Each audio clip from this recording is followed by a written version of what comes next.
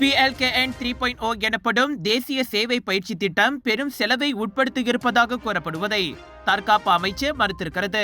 உண்மையில் ஒரு பங்கேற்பாளருக்கு ஆகும் செலவு 2000 ரிங்கெட் மட்டுமே என அமைச்சர் டத்துஸ்ரீ முகமது காலித் நொர்டின் தெரிவித்தார். இந்த PLKN 3.0 திட்டத்திற்கு ஆண்டுக்கு 1 லட்சம் பங்கேற்பாளர்களுக்கு மொத்தமாக 200 மில்லியன் ரிங்கெட் நிதி ஒதுக்கப்பட்டுள்ளதாக அவர் தெரிவித்தார். ராணுவ தளங்கள் மட்டுமின்றி பல்கலைக்கழகங்கள், பாலிடெக்னிக், தொழில் பயிற்சி கல்லூரிகள் போன்றவையும் பயிற்சி முகாமாக பயன்படுத்தப்படுவதால் செலவு மிச்சமாகிறது. 71,300 பங்கேற்பாளர்களை உட்படுத்திய PLKN 1.0 திட்டத்திற்கு ஆண்டுக்கு 565 பில்லியன் ரிங்கெட்டும், 20,000 பங்கேற்பாளர்களை உட்படுத்திய PLKN 2.0 திட்டத்திற்கு ஆண்டுக்கு 361 மில்லியன் ரிங்கெட்டும் செலவானது.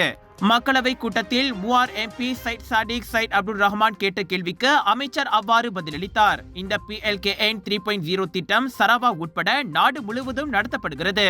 சரவாக்கில் அடுத்த ஆண்டு அது தொடங்கும் என அமைச்சர் கூறினார்.